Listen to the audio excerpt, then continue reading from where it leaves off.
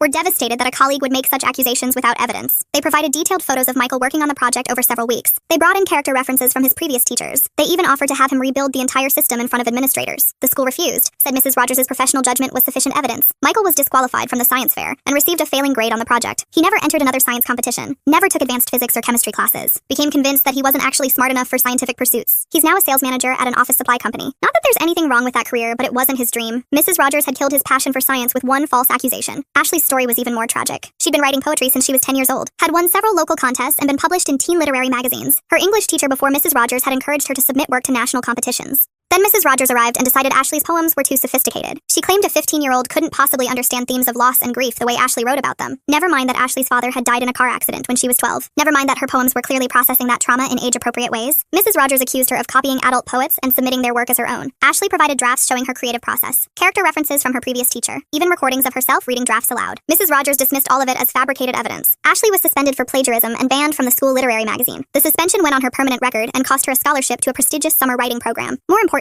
it destroyed her confidence as a writer. She stopped writing poetry entirely, convinced herself that Mrs. Rogers was right, that her work had been derivative and unoriginal. She developed severe anxiety around creative expression that lasted through college. She's now an accountant who hasn't written a poem in 20 years. Sometimes she thinks about starting again, but the fear of being called a fraud still paralyzes her. Mrs. Rogers had murdered a young artist's creative spirit over jealousy and spite. Samantha's case was particularly infuriating because it involved family history. She'd written a research paper about the Holocaust using her grandmother's first-hand accounts as a survivor. Her grandmother had kept detailed diaries during her time in hiding and had shared those stories with Samantha since childhood. The paper combined historical research with personal family narrative in a way that was both scholarly and deeply moving. Mrs. Rogers claimed it was too mature and showed graduate-level historical analysis. She refused to believe that a 16-year-old could synthesize primary and secondary sources so effectively. Samantha brought in her grandmother to testify about the family stories. Her grandmother, then 87 years old, sat in the principal's office and recounted her experiences during the war. She showed them the original diary pages and explained how she'd shared these memories with her granddaughter. Mrs. Rogers actually had the audacity to suggest that the grandmother was lying, that she was helping her granddaughter cheat by providing too advanced historical perspective. The disrespect was staggering. This was a Holocaust survivor being called a liar by a mediocre English teacher who couldn't accept that a teenager might be a gifted historian. Samantha was still suspended despite the family testimony. The incident was so traumatic that her grandmother stopped talking about the war entirely. She'd tried to pass on important historical memory to her granddaughter, only to have their family stories dismissed as academic fraud. She died 3 years later, taking those memories with her because she'd lost trust in anyone outside the family. Mrs. Rogers hadn't just destroyed a student's academic record, she'd severed a vital connection between generations and silenced an important historical witness. The more I learned about her other victims, the angrier I became. This wasn't just about bad teaching or poor judgment. This was systematic abuse of power designed to crush students who dared to excel. Mrs. Rogers had targeted young people during the most vulnerable period of their academic development. High school and middle school students who were just discovering their intellectual capabilities. She'd convinced them they were frauds, that their best work was somehow illegitimate. The psychological damage was profound and lasting. Many of her victims never fully recovered their confidence as students or professionals. They'd internalized her message that excellence was suspicious, that achievement beyond expectations was probably cheating. Some had changed career paths entirely to avoid fields where they might be accused of being too good. Others had settled for mediocrity rather than risk standing out and attracting scrutiny. Mrs. Rogers had created a generation of former gifted students who were afraid to shine, who second-guessed their abilities and downplayed their achievements, who chose safety over excellence because a teacher had taught them that success made you a target. I decided to organize a reunion of her victims for my book research. We met at a hotel conference room in Richmond, Virginia, roughly halfway between where most of us lived. 15 former students ranging in age from 25 to 38, all of us carrying scars from our encounters with Mrs. Rogers. The stories we shared over that weekend were both heartbreaking and infuriating. But there was also something healing about finally being in a room with people who understood, who knew what it felt like to have your integrity questioned by someone you'd trusted, who'd lived with the self-doubt and anxiety that comes from being falsely accused. We started calling ourselves the Rogers survivors, half joking but also serious. We'd all been through a form of educational trauma that was rarely recognized or discussed. The meeting was therapeutic in ways I hadn't expected. For years, each of us had carried these experiences alone. We'd wondered if we were overreacting, if the damage was really as serious as it felt. Being together proved that our responses were normal and justified. Mrs. Rogers had harmed all of us in similar ways. We compared notes on the long-term effects, trust issues with authority figures, imposter syndrome in professional settings, anxiety around performance evaluation. Several people had sought therapy specifically to deal with the academic trauma. Others had struggled with depression and self-worth issues that traced back to their false accusations. The psychological impact had been far more severe than anyone realized at the time. We also shared survival strategies and success stories. stories, how we'd rebuilt our confidence and found ways to excel despite her sabotage, the careers we'd built and the achievements we'd accomplished, the ways we'd turned our experiences into motivation for fighting injustice. Many had gone into education themselves, determined to be the kind of teachers Mrs. Rogers wasn't. Others had become advocates for students' rights, or worked in fields focused on protecting vulnerable populations. We'd all been shaped by our encounters with corruption, but we'd channeled that experience into positive change. The reunion became an annual tradition. We stay in touch throughout the year, supporting each other through professional challenges and personal milestones. We've become a chosen family, bonded by shared trauma, but focused on collective healing. Some of us have collaborated on projects related to educational reform. Others have written memoirs or articles about their experiences. We've testified before school boards and legislative committees about the need for better protections against teacher abuse of power. Mrs. Rogers probably never imagined that her victims would band together like this, that her false accusations would create a network of advocates working to prevent similar injustices. She thought she was destroying individual students. Instead, she was creating a movement of survivors who would dedicate their careers to exposing educational corruption. The book I wrote about her case became a bestseller and sparked nationwide conversations about teacher accountability. It led to policy changes in several states requiring more rigorous evidence before academic dishonesty charges can be filed. Several school districts implemented new protocols for investigating cheating allegations. Students now have better protections and clearer appeal processes. The book also inspired other survivors of educational abuse to come forward with their own stories. I received hundreds of emails from people who'd experienced similar injustices. Teachers who'd falsely accused students of cheating, plagiarism, or other misconduct without proper evidence. Administrators who'd covered up teacher misconduct to protect their reputations. School board members who'd prioritized politics over students' welfare. The scope of the problem was much larger than I'd realized. Educational corruption takes many forms, and false accusations are just one piece of a larger puzzle. But they're a particularly insidious piece because they target students' core identity as learners. They make young people question their abilities and doubt their achievements. They teach students that excellence is dangerous, that standing out makes you a target. They create a culture of mediocrity where students learn to hide their talents rather than develop them. Mrs. Rogers represented everything wrong with that system. Her legacy isn't just the individual students she harmed, but the broader message she sent. That teachers' egos are more important than students' potential. That authority figures can destroy lives without consequences. That institutions will protect their own rather than seek justice for victims. But our legacy as her survivors is different. We've shown that students can fight back and win. That false accusations don't have to define your future. That trauma can be transformed into advocacy and positive change. That justice is possible, even when it takes years to achieve. Most importantly, we've proven that Mrs. Rogers failed in her ultimate goal. She wanted to crush our spirits and convince us we weren't as capable as we believed. Instead, we became more determined, more resilient, and more committed to excellence. We've achieved things she never could have imagined when she was trying to tear us down. We've used our experiences to help other students avoid the same fate. We've built careers and lives that prove her accusations were not just wrong, but ridiculous. We've become the kind of successful, confident, accomplished people she was probably jealous of all along. Her jealousy and insecurity drove her to try to destroy us. Our resilience and determination ensured that she only made us stronger. In the end, that's the real lesson of the Rogers case. Corrupt authority figures may have temporary power to harm innocent people, but they can't control how those people respond to injustice. They can't prevent victims from finding each other and supporting each other. They can't stop survivors from using their experiences to create positive change. Mrs. Rogers thought she was writing the end of our stories when she falsely accused us. She was actually writing the beginning of our real journeys. The paths we've taken since her accusations have been more meaningful and impactful than anything we might have achieved if she'd left us alone. She inadvertently gave us a mission and a purpose that has defined our adult lives. We owe her nothing for that. She caused tremendous pain and damage that can never be fully undone, but we've taken control of the narrative and turned her attempt at destruction into a catalyst for justice. That's probably the best revenge we could have asked for, and it's a victory she'll never be able to take away from us. 20 years from now, when people remember the Rogers case, they won't remember her as a teacher who exposed cheating students. They'll remember her as a corrupt educator who was brought down by the very students she tried to destroy. They'll remember us as the survivors who refused to be silenced and fought back against institutional injustice. They'll remember this as a story about resilience triumphing over abuse of power. That's the legacy I can live with. That's the story I'm proud to have been part of. And that's the message I hope other students will take from our experience. Fight back when you're falsely accused. Document everything and never give up. Find allies and build support networks. Use your voice to prevent others from suffering the same injustice. Turn your trauma into advocacy and your pain into purpose. Don't let corrupt authority figures write your story for you. Mrs. Rogers tried to convince me I was a cheater and a fraud. Instead, she taught me to be a fighter and a truth teller. That's not the lesson she intended to teach, but it's the one that mattered most.